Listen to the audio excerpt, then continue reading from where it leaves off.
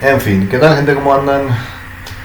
Nueva semana, nuevo video en el canal Under Army. Una semana bastante cargadita la que se viene esta que comienza hoy lunes. Porque, bueno, esta semana yo ya voy anticipándoles que no va a haber material de música, no vamos a hablar de ningún disco porque no me va a dar el tiempo. Porque para esta semana tenía previsto ya hacer dos análisis fijos de dos series. Una era esta de la que voy a hablar hoy y la segunda es otra que cuyo final voy a ver este jueves. Muchos probablemente ya sabrán cuál será. Entonces voy a tener que enfocarme directamente en eso. No me va a dar el tiempo de analizar ningún disco. Volveremos con eso probablemente la semana próxima.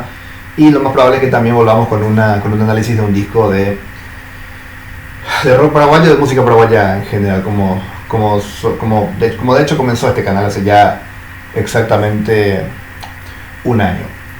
¿De qué vamos a hablar hoy? ¿De qué obra vamos a hablar hoy?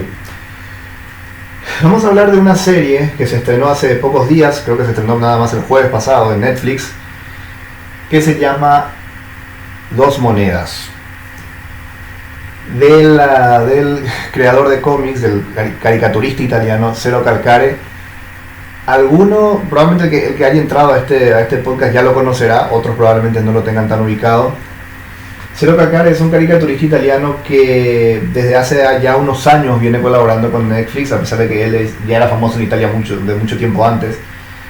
Hacía diversos cómics en los cuales su propio alter ego de Cero era el personaje, era digamos el protagonista, el personaje principal, y en donde reflejaba varias situaciones, digamos, que tenían que ver con su vida personal, amigos que conoció en el camino, gente que fue muy importante para su vida. Imagino yo que de manera alegórica en muchos puntos, no creo que haya sido tan autobiográfico directamente.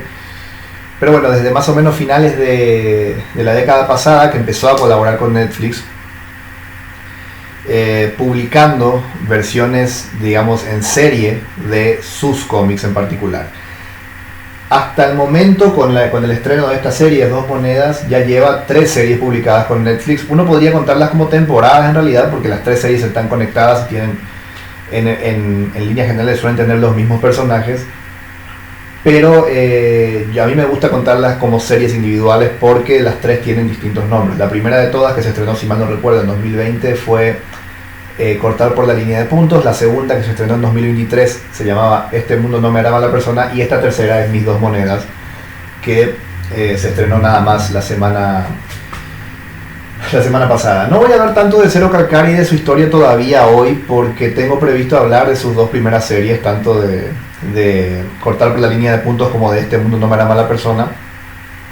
Y cuando hable de Cortar por la línea de puntos, lo más probable es que ahí aborde un poco de la historia de este hombre, que todavía no es tan conocido a nivel mundial como en mi opinión se merece. Pero hoy en día nada más me voy a limitar a hablar un poco de quién es él como autor y por qué me parece a mí que muchísima gente, sobre todo de mi edad, también más joven, pero sobre todo de mi edad para arriba, o sea, gente millennial propiamente dicha, debería ver sus obras. Cero Calcare es un caricaturista que en sus obras, particularmente en estas 3 series que vi de Netflix, refleja mucho, o más bien, sí, refleja o deja plasmado en sus obras, en sus historias, en sus relatos y en sus personajes, muchas de las promesas rotas que mi generación en cierta manera está empezando a sufrir y a resentir actualmente. Muchos de nosotros nos criamos con una idea de cómo funcionaba el mundo, acerca de que nosotros teníamos que estudiar en la universidad, que teníamos que tener un título y que eso ya nos iba a facilitar mucho más la vida, que íbamos a conseguir un montón de trabajo, que íbamos a ganar muy buen dinero y que íbamos a poder aspirar a eventualmente independizarnos, comprarnos un buen departamento, con el paso del tiempo una casa, y en una de esas, si uno lo deseaba, conseguir una familia, ¿no? Conseguir armar una familia con el paso del tiempo. Eso obviamente para muchos de nosotros está quedando patente ya para esta altura que al final terminó siendo mucho más difícil de lo que se pensaba. De hecho, cada vez parece más difícil. La economía, los problemas políticos que ha habido en las últimas décadas, y un montón de cuestiones contextuales que han ocurrido alrededor del mundo, pero sobre todo acá en Occidente, han generado que todos estos sueños que muchos de nosotros teníamos y que nos habían prometido que se iban a cumplir si nos esforzábamos o si hacíamos determinadas según qué cosas, finalmente fueron sueños rotos. Muchos de nosotros estamos sufriendo sueños rotos al día de hoy, y eso ha obviamente provocado un montón de problemas de salud mental, depresión, ansiedad, relaciones tóxicas, extremismos políticos, gente que constantemente tiene que acudir a hacer terapia porque no puede lidiar con su propia vida por lo mal que le ha ido, y muchas veces no es su culpa. Bueno, muchos de esos problemas de la generación millennial, que mi generación sobre todo está sufriendo actualmente, Zero Calcare lo refleja de una manera genial en sus obras, a través de sus personajes.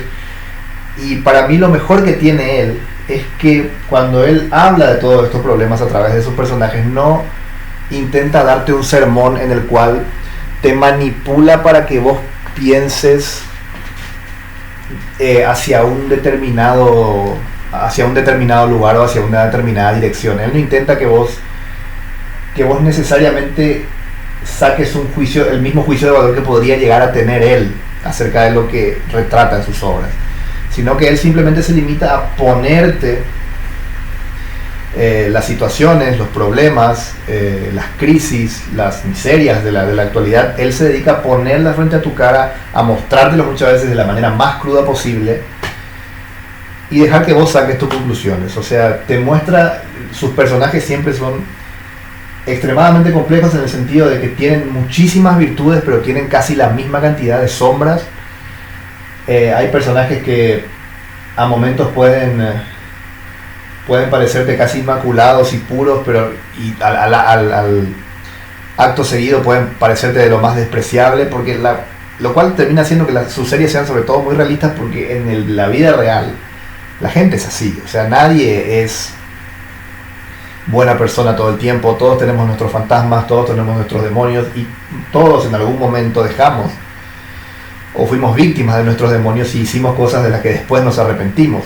En ese sentido, Zero Calcare te lo muestra todo de una manera cruda y directa. En todo momento hay personajes en sus series con los que vos te identificás. Hay situaciones que viven esos personajes con los que uno se identifica o que las vivió directamente. Y eso provoca que cada vez que uno termine de ver una serie de él, uno termine quedándose un poco... Uno termine, digamos, reflexionando sobre su propia vida y pensando, bueno, ¿qué hice mal? ¿Qué debería hacer mejor? ¿Cómo debería ser mejor persona? O sea, capaz esto que hice en su momento fue un error, capaz debería pedir perdón por esto a cierta persona. O sea, las obras de Zero Calcare siempre hacen que si conectan contigo, vos termines reflexionando sobre muchas cosas que hiciste en tu vida y muchas cosas que querés plantearte para tu vida futuro. Y eso habla muy bien de su trabajo. En particular en esta obra, que es Dos Monedas, nos habla de cuestiones como la violencia la violencia de las mafias y cómo esta termina afectando, aunque sea de manera indirecta, a la gente común, de la peor manera posible en muchos casos. Nos habla de las relaciones tóxicas de una manera bastante amplia y bastante pluralista. Ya van a ver por qué lo digo. Nos habla de hasta qué punto uno puede intentar ayudar a una persona que lamentablemente tiene el problema de que no se ayuda a sí misma. Nos habla del miedo a quedar expuesto, a ser vulnerable, y de cómo ese miedo puede terminar representando que pierdas oportunidades valiosas en tu vida que nunca más vas a volver a tener. Hay también ciertos comentarios sociopolíticos alrededor de todos estos temas que terminan de manera indirecta influyendo en lo que le pasa a los personajes, cómo muchas veces el Estado realmente no ayuda a la gente necesitada, y todo lo que promocionan y intentan, digamos, decir que hacen, en realidad muchas veces es solo una fachada que en el fondo no ayuda a nadie o que no ayuda como debería ayudar realmente.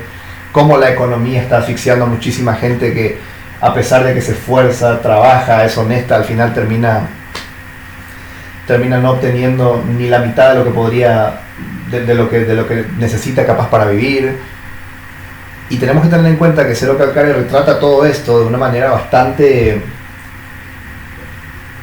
regional, en el sentido de que uno ve sus series y todo es muy italiano. O sea, se nota que todo se hace en Italia, todo es muy es muy regionalmente italiano su serie, pero aún así, italiana su serie, pero aún así de todas maneras, las historias están tan bien contadas y las problemáticas son tan universales que a pesar de estas cuestiones de regionalismo que podría llegar a tener sus series, aún así uno termina identificándose. Yo creo que cualquier persona de cualquier país latinoamericano, otro país europeo, incluso en Estados Unidos, puede llegar a identificarse con cualquiera de los personajes de las series de Zero Calcare, lo cual habla del tremendo escritor que es y el tremendo creador de historias que es. Voy a intentar resumir más o menos la historia. Hay 3 personajes que se mantienen de las series anteriores, que obviamente es el propio Zero, 3 personajes principales al menos. Obviamente está el propio Zero Calcare, que es básicamente él, el propio creador metido en su propia obra. Sara, que es su amiga lesbiana, pero que es su mejor amiga básicamente. Y Seco, que es su mejor amigo y que tiene esta actitud medio apática ante todo, que no piensa nada. Y bueno, es un personaje muy simpático, pero también increíblemente interesante. Es un tipo genial, Seco. Esos son los 3 personajes principales que se mantienen, aparte de obviamente la madre del propio Zero, que también está en las series anteriores y demás. Aparece también el padre en esta serie, que no recuerdo si en las series anteriores estaba el padre. Aparece en un breve momento y es muy gracioso y es muy simpático. Sin embargo, aparte de los 3 personajes principales que mencioné, Zero, Sara y Seco, aparece un cuarto personaje. Aparecen dos personajes principales más, que estos sí son 100% nuevos y que no aparecieron tanto en las que yo al menos no recuerdo de haberlos visto en las series anteriores. El primero es Jabalí. Zero Calcare tiene la particularidad de que a veces cuando crea personajes los retrata como animales. A su mamá, por ejemplo, la retrata como una gallina, lo cual es muy gracioso. A su papá lo retrata como un pato. Y a veces algunos amigos suyos, algunos conocidos, también lo retrata como animales. En el caso de Jabalí, bueno, básicamente eso, es un jabalí, es un amigo suyo de la infancia, fueron amigos prácticamente desde la escuela, del colegio. Y en cierta manera Jabalí es como ese amigo que siempre se las supo todas. O sea, no sé si alguna vez ustedes llegaron a tener alguno así en la escuela o en el colegio. Era el típico amigo que era, digamos, el más maduro de todos, el que sabía levantarse minas, el que ya ganaba plata antes de salir incluso del colegio, el que era vivo, el que ya había debutado mucho, ya había tenido más experiencias que todos antes incluso de llegar a la mayoría de edad. O sea, ese tipo que se la sabe todas básicamente, que es el más vivo del salón y toda la joda. Y bueno, él era su amigo, Jabalí era su amigo, también era amigo de Sara y de Seco. Y la cuestión es que Jabalí en un momento determinado le pide a Zero que lo ayude invirtiendo algo de dinero para abrir un bar en la zona de Roma, que es donde viven todos. Ocurre que Zero Calcare, el personaje de Zero, básicamente rompe en muchos sentidos, hace bastante meta referencia a la realidad, en el sentido de que el propio personaje de Zero dice que él es un caricaturista famoso que ha sacado 2 series para Netflix y que por ende ha ganado mucho dinero y que es relativamente reconocido tanto dentro como fuera de Italia. Y claro, él un poco habla de cómo esto le genera conflicto, de cómo ahora él técnicamente es más o menos un empresario cuando él siempre había sido medio antisistema y toda la joda porque era fanático del punk y todo eso. Y la cuestión es que este muchacho Jabalí, al enterarse de que él tiene este dinero, le pide que se convierta en su socio para abrir un bar, que era algo que él necesitaba hacer para poder alimentar a su familia, porque este hombre Jabalí estaba casado y tenía 2 hijos. Zero la ayuda, le da el dinero y se abre el bar. La cuestión es que Jabalí, a partir de cierto momento, según nos cuenta el propio Zero, empieza a actuar de manera extraña, se lo ve algo preocupado, se lo ve algo tenso. Zero, que es una persona muy tímida, no se anima a preguntarle qué le pasa, hasta que un día entra al bar un personaje algo siniestro. Bánquenme que busco el nombre porque siempre me olvido el nombre, está en italiano. Básicamente es una especie de matón que se nota que no tiene muchas ganas de de dialogar con nadie, o sea, es de esos tipos que si te tiene que arrancar la cabeza porque le debes plata, lo va a hacer sin ningún tipo de problema y sin ningún tipo de remordimiento. Bueno, él básicamente entra al bar y cuando Jabalí lo ve, pasa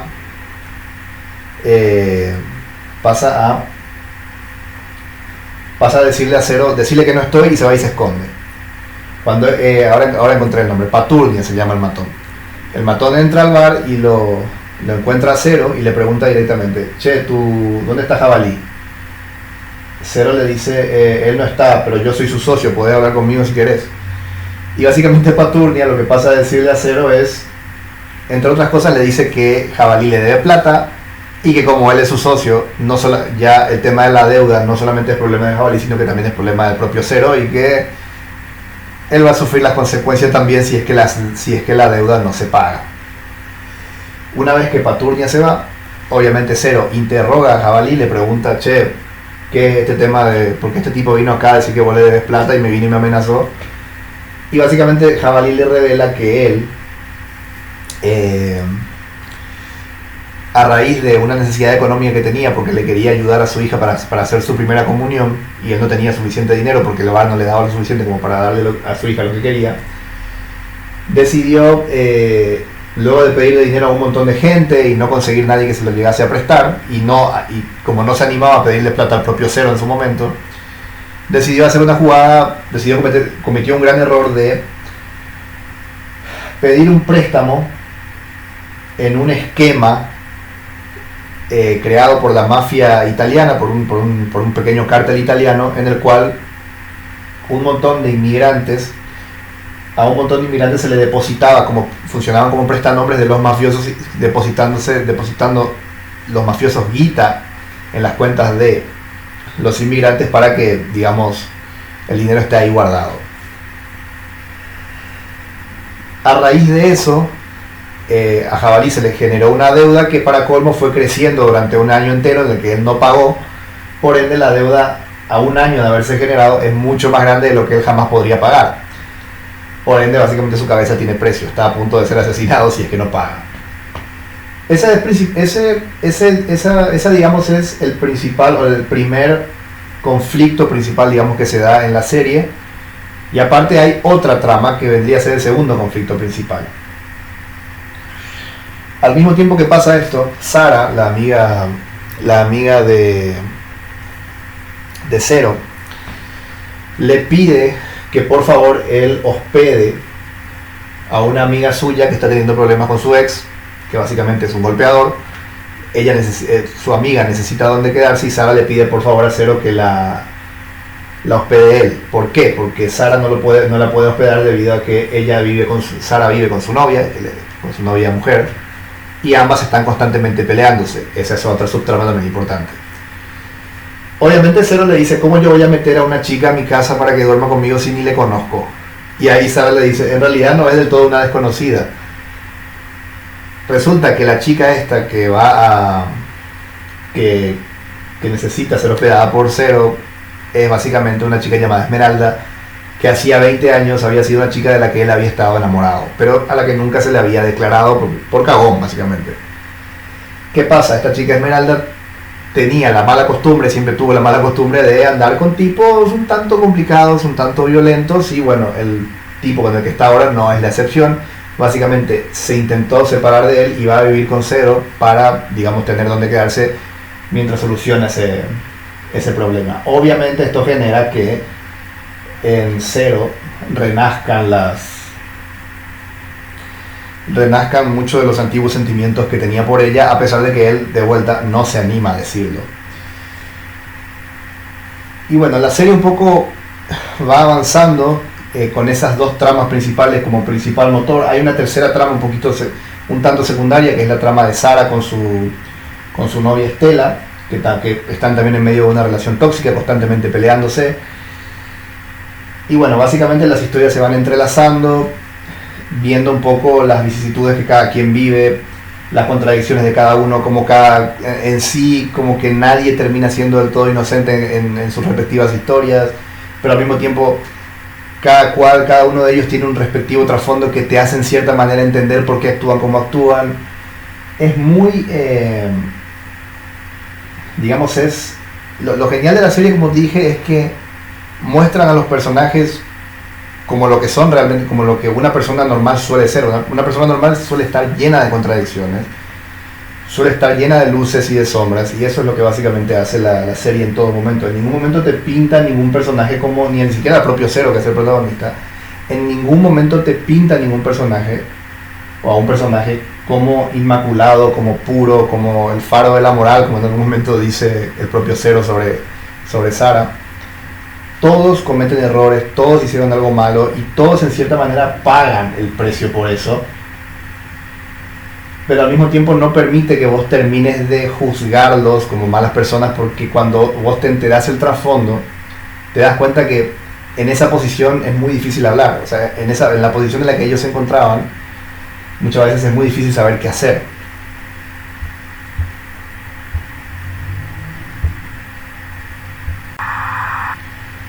Bueno, yendo a la cuestión ya de los spoilers, voy a intentar dividir o hablar más bien de cada una de las tramas, de las 3 tramas principales, por decir de alguna manera, por separado, para poder ordenarme, porque me voy dando cuenta, a medida que voy haciendo este video, me estoy como dando cuenta de que, por eso se escuchó una pequeña pausa, porque hice un pequeño corte, porque necesitaba más o menos ordenar mis ideas, pero como son muchas tramas desarrollándose a la vez y juntándose durante la serie, siento que tengo que hablar de el desarrollo de cada trama por separado para poder más o menos llegar a una conclusión final. Vamos a ir de menor a mayor. Vamos a hablar primero de la trama, podríamos decir, secundaria que existe, que es la relación entre Sarah y su novia Estela. Ya en la... No recuerdo sin cortar por la línea de puntos, pero sí recuerdo que en Este mundo no me hará mala persona, que es la segunda serie que estrenó Zero Calcare para Netflix y que vendría a ser la precuela de esta, de Dos Monedas, ya habíamos visto que Sarah estaba con una chica con la que tenía una relación medianamente estable, de hecho ya compartían departamento. Esta chica se llamaba Estela. ¿Qué ocurre? Como dije hace un rato, en esta serie, en Dos Monedas, vemos que Sarah y Estela están pasando por una etapa muy complicada de su relación, porque están constantemente peleando, al punto de que en una ocasión incluso el propio Zero Calcare, el propio Zero, el protagonista, tuvo que bancarse una pelea de ambas mientras manejaban el auto y él viajaba con ellas. Es una cosa muy, muy loca, ¿no?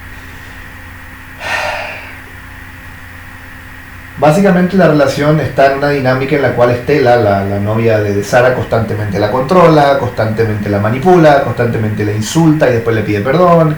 A veces se separan, después vuelven. No llegan a maltratarse físicamente ni nada, pero están ya llegado a un punto en el cual no pueden pasar un día sin pelearse. Un punto en el que muchas relaciones lamentablemente llegan porque las relaciones son así, lamentablemente muchas veces.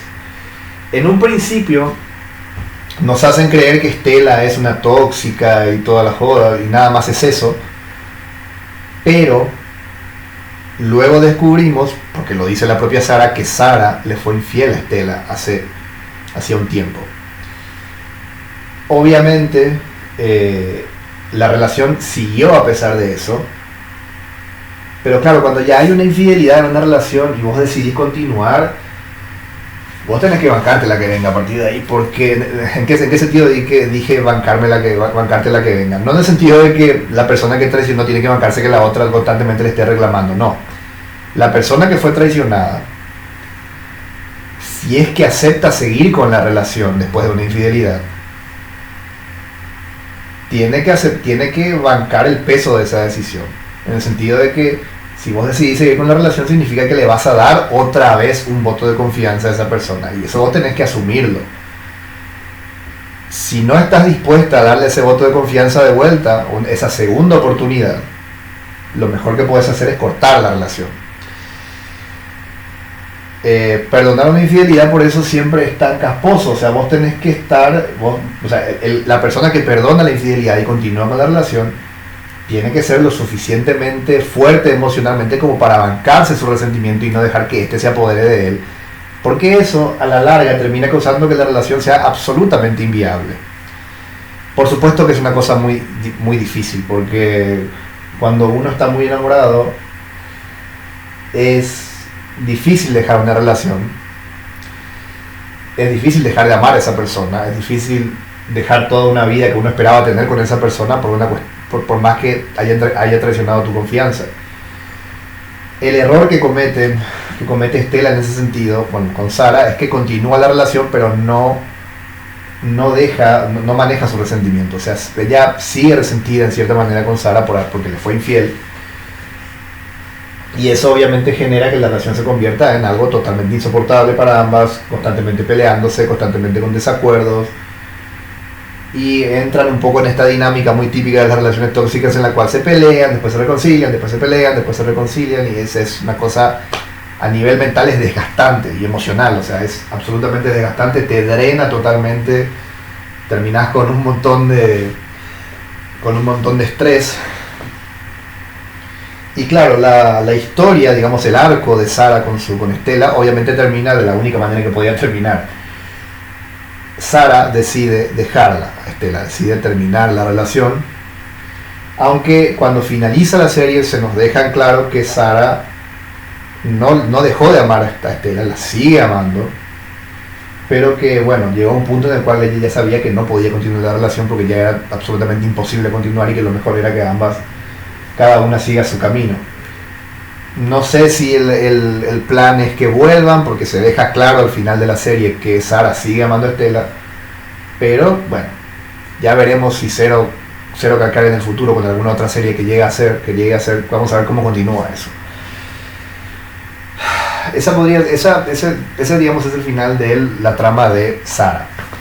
Ahora hablemos de la segunda trama, que es la de la cuestión de la deuda de Jabalí con la mafia, y particularmente con este tipo Panturia. Básicamente a Jabalí se le hace cada vez más difícil poder pagar la deuda. Cero le ofrece a Jabalí la ayuda, en el sentido de que le dice, bueno, voy a darle a Panturia todo lo que tengo como una parte de pago, y después con el paso del tiempo vemos cómo saldar la deuda. Obviamente Panturia, como buen matón mafioso que es, le dice, la pija que me vas a dar una parte, ¿me das todo o ya sabes lo que te espera a vos y a tu socio? La cuestión es que en un momento determinado esta historia se entrelaza con la otra trama principal, que es la de Esmeralda. Y acá hay que hablar un poco de la relación de Esmeralda y Cero. Esmeralda se queda de vivir con Cero en su casa. Obviamente empiezan como a Cero se le empiezan a revolver todos los sentimientos antiguos que tenía por ella. Esmeralda da como la impresión en muchos puntos de que ella en parte siente algo por él también, pero Cero no se anima a dar ese paso fundamental de decirle a Esmeralda, che, vos me gustás, vamos a ver si por ahí si surge algo entre nosotros, qué sé yo. La cuestión es que en un momento determinado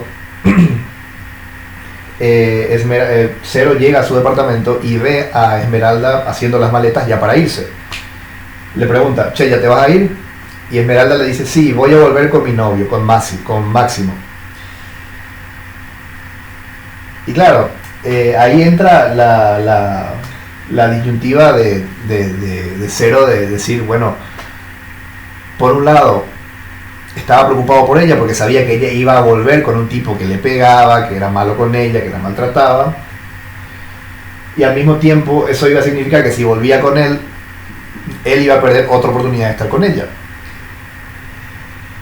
Y ahí vemos un flashback de la primera serie que sacó Cero Calcare, que es Cortar por la línea de puntos, en la cual nos recuerdan que en su momento Cero ya perdió a una chica que le gustaba y a la que no se había animado a decirle lo que sentía, justamente por eso, y esta chica se suicidó. Ese trauma lo sigue acompañando para este momento de su vida, y claro, para él es muy difícil no pensar que a Esmeralda le podría llegar a pasar lo mismo. Sin embargo, él también al mismo tiempo dice, bueno, yo no puedo hacer mucho más, esta chica quiere volver con ese tipo, yo no le puedo hacer, la dejo ir y nada más.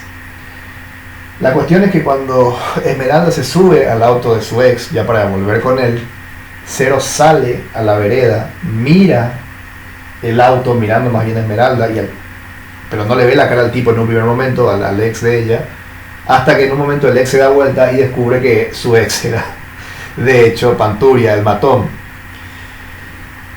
Yo, siendo 100% sincero, ¿no? Yo más o menos me veía venir ese giro en la trama porque había un momento en el cual Panturia se mostraba que no tenía auto y justo en un momento Esmeralda le había dicho a Zero que le había roto el auto a su ex porque estaba enojada con él. Y yo dije, más o menos yo fui hilando y dije, un tipo violento, Panturia es un tipo violento, sí, es lo más probable que sea él, y sí, resulta que sí, que era él. Panturia se baja del auto, lo recontra caga a trompadas a Zero por el tema de la deuda que todavía no había saldado con él, la deuda de Jabalí. Y es la propia Esmeralda la que termina defendiendo a Zero, rompiéndole una botella en la cabeza a Panturia y escapando con él. Esmeralda, Zero, Seco y Sara se terminan escondiendo en un pequeño Niembo búnker que tiene una especie de bulín que tiene Zero en la parte de atrás de un almacén. Se terminan escondiendo de Panturia porque saben que están en peligro de muerte si se encuentran con él.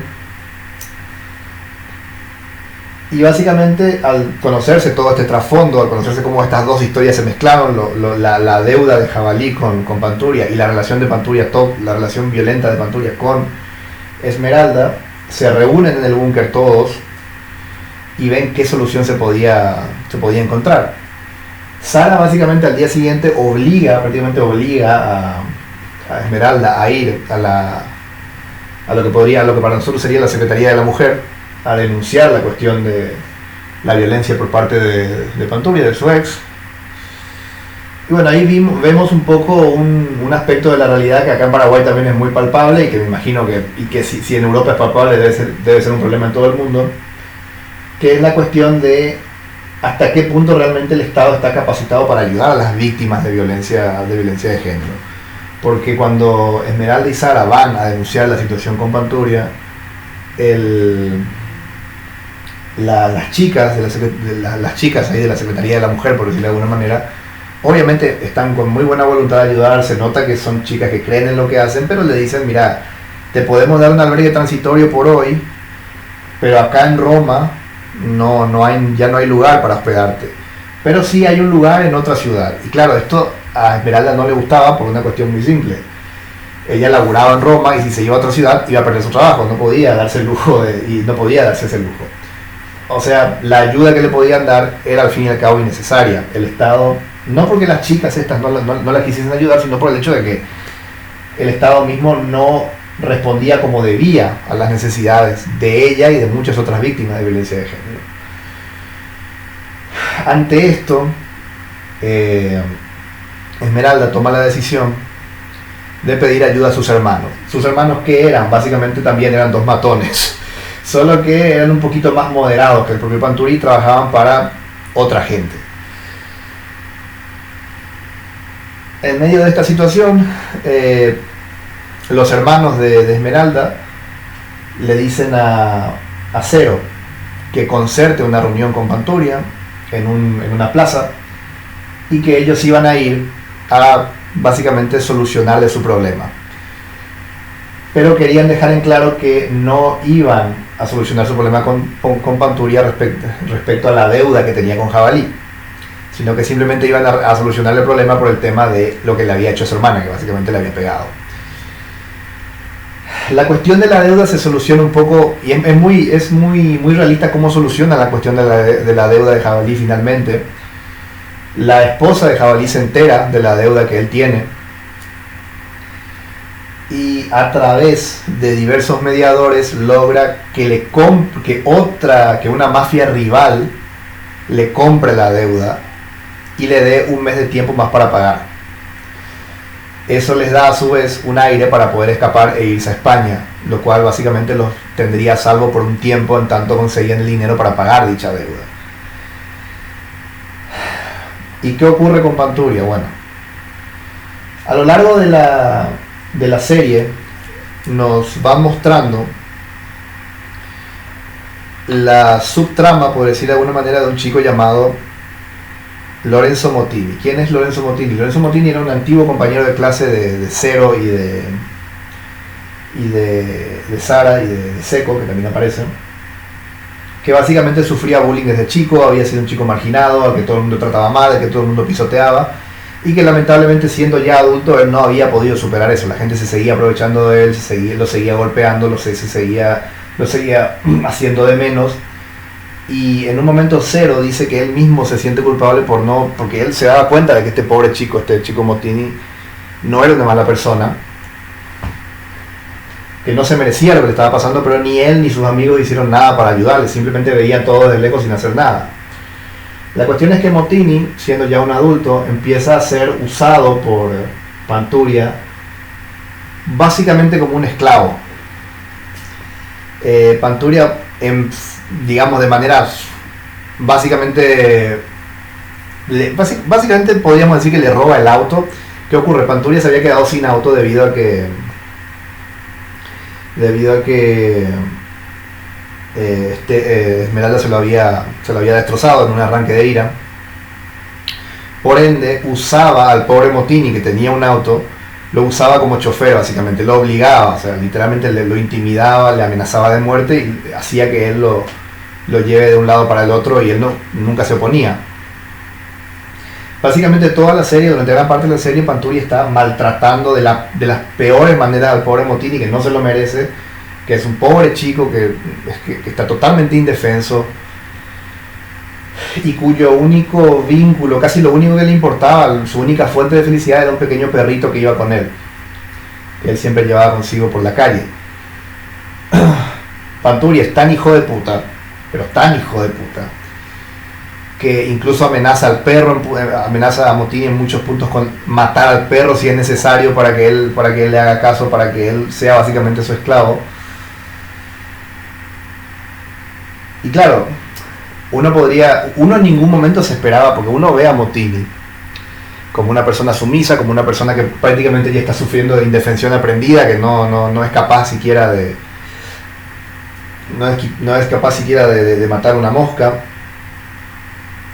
Y uno piensa, no, este tipo nunca le va a reaccionar a Panturia, nunca le va a hacer nada.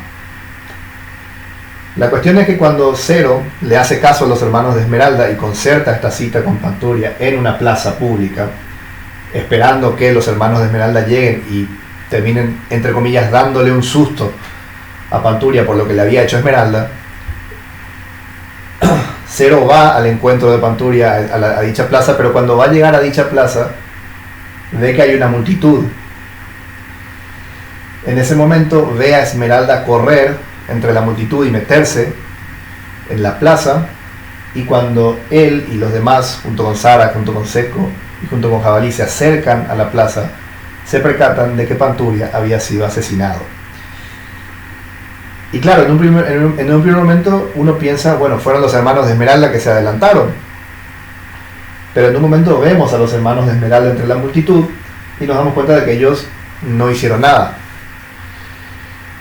¿Quién asesinó a Panturia? Pues nada más y nada menos que el pobre Motini. ¿Qué ocurrió?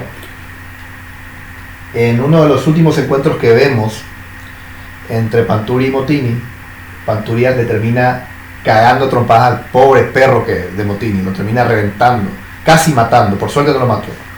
Y es bastante cruda esa imagen, y te da bastante rabia, porque pobrecito, o sea, ya de por sí te estás aprovechando de alguien indefenso como el pobre Motini, y encima le pegas a su perro. O sea, Panturia es un personaje detestable por donde uno lo mire, ¿no? Y claro, Motini, que lo que más quería en el mundo era a su perro, ya no lo soportó y terminó apuñalando a Panturia de la rabia.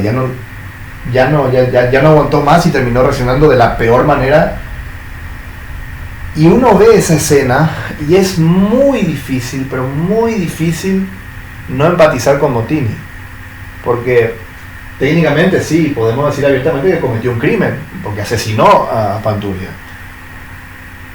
pero uno ve todo por lo que él tuvo que pasar y es muy difícil, hasta me animaría a decir casi imposible no ponerse del lado de Motini, porque uno dice, pero merecido se lo tenía este hijo de puta.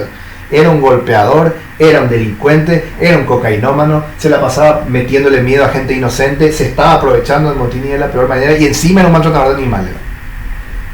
Pero que se vaya a la concha de su madre, uno piensa. Pero claro, la justicia funciona como funciona y Motini termina yendo pobrecito a la cárcel por lo que hizo. Es muy... La serie es... En ese sentido, cuando yo digo que Zero Calcare y sus series no intentan que vos necesariamente saques un juicio de valor en base a lo que te está... O sea, no intentan que vos asumas la posición que él podría llegar a tener, que su personaje principal podría llegar a tener. Él deja que vos saques tus propias conclusiones. Y tenés una serie de... Cuando vos ves el asesinato de Panturia por parte de Motini, uno como que tiene una serie de sentimientos encontrados gigantescos que el mismo Zero refleja en un momento, porque por un lado él a momentos incluso se enoja con Esmeralda, porque Esmeralda cuando ve a Panturia muerto se va y le llora y todo eso, y claro, él se enoja porque dice, ¿por qué estás llorando por un tipo que te... O sea, él en su cabeza, ¿no? Empieza a llorar, empieza a enojarse porque dice, ¿por qué estás llorando por un pedazo de basura que se la pasaba maltratándote? Pero claro, él también intenta ponerse en el lugar de ella y dice que habrá sido un pedazo de basura, pero ella veía a ese tipo con otros ojos, por más que sea una visión equivocada, lo veía con otros ojos y no hay que olvidar que pasaron 7 años juntos. Es realmente muy fuerte esa escena en la cual Panturia muere y es Motini el que termina asesinándolo y termina yendo preso, pobrecito, un tipo que había sufrido toda su vida, que no le había hecho daño a nadie, que en un arranque de ira porque ya no podía más terminó matando a un hijo de puta como era Panturia. Al final él termina pagando otra vez. Zero en ese sentido tiene un gesto muy lindo al final con Motini. Él lleva todos los días a la madre de Motini a visitarlo a la cárcel y adopta a su perro. Lo adopta porque, bueno, él no tenía con quién quedarse, sus padres los padres de Motini no lo podían mantener, por ende el que adopta al perro es Zero, que además le escribe una carta muy conmovedora a Motini, básicamente diciéndole que, reconociendo que él no hizo nada, pidiéndole perdón por no haber hecho nada en su momento para ayudarlo cuando todo el mundo abusaba de él, y que él básicamente diciendo que él era una víctima, que él no tendría que estar donde está y que siente mucho lo que le pasaba, y que además lo que hizo al matar a Panturia terminó salvándole la vida tanto a él como a todos sus amigos, porque Panturia estaba dispuesto a matarlos a todos si era necesario. Es realmente, o sea, imagínense el nivel de arriesgada que es la serie, que se anima a mostrar este tipo de cosas, ¿no? ¿Y cómo termina la relación entre la historia, más bien entre Zero y Esmeralda? Bueno, en un momento determinado Sara deja a Zero y Esmeralda solos en el departamento de Zero. Esmeralda ya estaba, Sara y Esmeralda habían concertado que iban a vivir ambas con la madre de Sara, y Sara en un momento los deja solos, a Zero y a Esmeralda, y le dice a Zero literalmente, mira, si querés decirle algo, decíselo ahora porque después nos vamos a la mierda y ya no vas a poder decirle nada. Y Zero medio que le insinúa la idea de que empezasen a salir y qué sé yo, y obviamente la otra le dice no, porque, o sea, se me acaba de morir mi ex, no estoy en condición ahora de estar con nadie, pero le reconoce que gracias a que estuvo con él durante esos días en el departamento se dio cuenta que había otra manera de convivir con alguien. Ella nunca había estado, porque casi todas las relaciones que ella había tenido hasta ese momento tendían a ser tóxicas, tendían a ser violentas, y era la primera vez que ella vivía con un tipo que la trataba medianamente bien, digamos.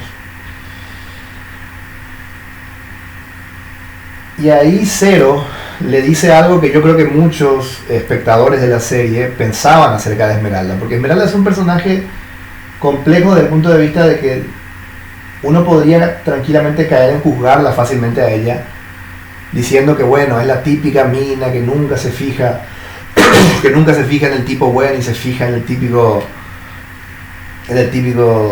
delincuente y se mete con gente desastrosa y qué sé yo, en lugar de fijarse en su amigo ahí bueno que le gusta y que podría tratarla mejor.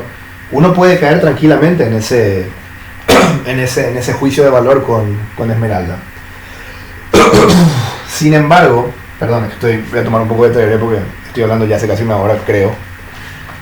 Sin embargo,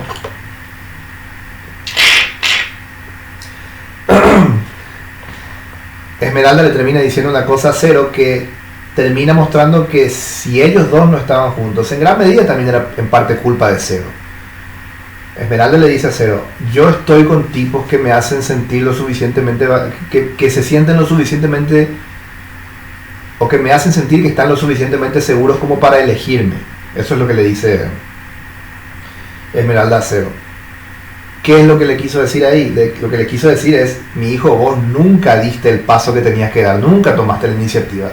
Y yo así no, si yo no me siento elegida, ¿por qué habría de estar contigo? Y el propio Zero nos relata, creo que si no fue en ese episodio, creo que fue en un episodio anterior de la serie, que él llegó a tener oportunidades de salir con Esmeralda en el pasado. Pero él mismo se acobardaba, él mismo era cagón y al final no se animaba a invitarle a salir o a salir con ella cuando incluso ella le invitaba. Por ende, no es solamente que a Esmeralda le gusten los bandidos o le gusten los criminales. Es el hecho también de que Zero no tomaba la iniciativa para decirle: che, me gustas, vamos para salir. Capaz si lo hacía en otro contexto, o en un contexto mejor, capaz si estaban juntos. Entré también, en medio de esta situación, entré también como en un debate interno, porque el personaje de Esmeralda, como dije, es bastante complejo en el sentido de que cumple en cierta manera cumple con los típicos arquetipos de la mujer, digamos, que lamentablemente por diversos traumas que tiende a pasar de una relación tóxica a otra, de una relación violenta a otra y demás. Yo soy una persona que ya pasó los 30 años y puedo decir abiertamente que ya tengo algo de experiencia en la vida. He conocido gente así, mujeres así. Y normalmente yo tengo que reconocer que mi pensamiento hacia Esmeralda y hacia una posible relación con Zero en un primer momento como que no era el pensamiento más positivo del mundo. Yo de hecho pensaba meterte con una mina así, siendo Zero además un personaje, un hombre bastante sumiso por lo que nos da a entender, capaz no sea lo más recomendable. O sea, hasta cierto punto yo medio que veía la posibilidad de una relación entre ellos dos como algo no muy deseable. Pero al mismo tiempo me puse a reflexionar acerca de otro personaje, en este caso un varón, de otra serie de la que voy a hablar en estos días, sobre el cual yo pensaba, o sigo pensando de hecho, que me gustaría que termine poniéndose en pareja con la protagonista de la serie, a pesar de que él también tiene traumas y que también es un tipo complicado. Y claro, yo ahí me puse a reflexionar y dije: ¿por qué con Esmeralda me parece que una relación sería mala, pero con este tipo, con la otra protagonista, sería buena? En un primer momento hasta me agarró una especie de pensamiento, onda, capaz era un poco machista o algo así. Analizándolo un poco más, me di cuenta de que con ambos personajes yo tengo en cierta manera la misma conclusión, o más bien llego a la misma conclusión. La gente que tiene traumas, la gente que arrastra problemas y que arrastra ciertos patrones de comportamiento en las relaciones humanas, puede ser capaz de solucionar esos problemas, de superar esos problemas para entrar en una relación y genuinamente hacer que funcione. Obvio que sí, claro que se puede. Pero hacer eso implica que esa persona que carga con esos traumas ponga de su parte, ponga su voluntad y se ayude a sí misma para poder recibir a su vez la ayuda que su eventual pareja le pudiese dar, en el sentido para tener una relación estable. Y esa es un poco la parte complicada. En ese sentido, la reflexión que me desató es la siguiente. Si Esmeralda y Zero terminaban siendo pareja, ¿podía haber funcionado como una relación sana teniendo en cuenta todos los traumas que ella tenía y teniendo en cuenta también el entorno que ella tenía? Porque sus hermanos, no hay que recordar que sus hermanos también son delincuentes. ¿Iba a poder funcionar una relación con una chica como ella teniendo en cuenta que Zero es un tipo relativamente sumiso y relativamente con baja autoestima? Yo así dándole vueltas pensé, sí, puede ser, o sea, uno podría entrar a criticar esa idea de una relación entre ambos, porque uno podría llegar a decir, es el típico caso del complejo del Salvador, ¿no? Que vos ves una chica o un tipo que está hecho mierda y vos pensás que lo vas a salvar. La pregunta en ese sentido es, ¿una relación puede salvarte la vida? ¿O una eventual pareja puede salvarte la vida? Yo creo que sí, pero en realidad no es que tu pareja como tal te salva la vida. Tu pareja te da la motivación para que vos mismo te salves. Pero la iniciativa, la labor tiene que venir de vos. Y en ese sentido, una eventual relación entre Esmeralda y Zero solamente hubiese funcionado si Esmeralda estuviese dispuesta a dejar muchos de los patrones tóxicos que tenía detrás. La serie al final nos deja con ambos solteros, o sea, Esmeralda, Zero, cada uno va por su lado. En un momento se vuelven a encontrar en un centro comercial. Zero como que hace de vuelta el intento para que salgan y que se vuelvan a ver, pero como que queda en nada al final eso. Y bueno, y la serie cierra con la familia de Jabalí, su señora y sus hijos estando en España laburando en un pequeño puesto de comida ambulante, y tanto Sara como Zero yendo a comer ahí. En el caso de Seco, que es el otro amigo de Zero, del que prácticamente no hablé, bueno, él en un principio nos hacen creer que le pasó algo muy feo. En los primeros 2 episodios no se lo ve, y nos hacen, las conversaciones que tienen sobre él son como muy oscuras y nos dan a entender que le pasó algo muy malo, una tragedia y qué sé yo, y al final nos enteramos que la tragedia era que tuvo un hijo, había sido. Entonces claro, al tener un hijo ya no tenía tanto tiempo para estar con los demás, por eso al principio no aparece. Después se suma, obviamente se suman los demás y los ayuda. Seco es un personaje muy particular, es un personaje que no habla mucho, que es de muy pocas palabras, parece medio bruto de hecho. Es un personaje que tuvo una vida complicada porque fue huérfano, prácticamente no tuvo familia, pero en sí es una buena persona, a su manera es una buena persona, y resulta increíble verlo siendo un padre responsable cuando uno no se imaginaría, viéndolo en las temporadas anteriores o en las series anteriores de Zero Calcare, uno jamás se imaginaría que un personaje así pudiese ser tan buen padre, pero bueno, se lo ve siendo un buen padre en esta serie y es algo que sienta bastante bien. Me he quedado corto, me doy cuenta con mucho de lo que dije en este video. Hay un montón de otros temas que se tocan, la idea, en un momento hay momentos en los que por ejemplo Zero reflexiona luego de una conversación con su madre acerca del hecho de por qué él nunca se ha animado a tomar el riesgo de, por ejemplo, involucrarse sentimentalmente realmente con alguien, por ahí ver la posibilidad de tener una relación estable y eventualmente casarse, porque él nunca vio esa posibilidad, porque él siempre, cada vez que tuvo la oportunidad, la rechazó. Él intenta a su vez justificarse diciendo que él viajó por un montón de lugares, que estuvo haciendo un montón de cosas, pero al final la madre le dice, ¿por qué realmente hacías eso? ¿Para no pensar en lo otro que no querías hacer? La serie realmente te trae reflexiones muy profundas que son muy adecuadas para los tiempos que corren. Y nada, si quieren ver una serie que aborde muchos de los problemas actuales que gente de nuestra generación está sufriendo, no duden en ver esta serie Dos Monedas. Vean eso sí primero las 2 anteriores, Cortar por la línea de puntos y Este mundo no me hará mala persona, a las cuales les haré también un review dentro de poco cuando lo crea conveniente. En fin, con esto finalizamos el video de hoy. Gracias por estar ahí del otro lado. Si les gustó el video, denle like, suscríbanse al canal, compártanlo para que llegue a más gente recomienden esta serie a más gente si es que ya la vieron. Y bueno, nada más que decir. Si todo sale bien, nos vemos o el jueves o el viernes probablemente con la review de la gran serie que estoy esperando por hacer desde hace un tiempo ya. Nos vemos, chao, chao.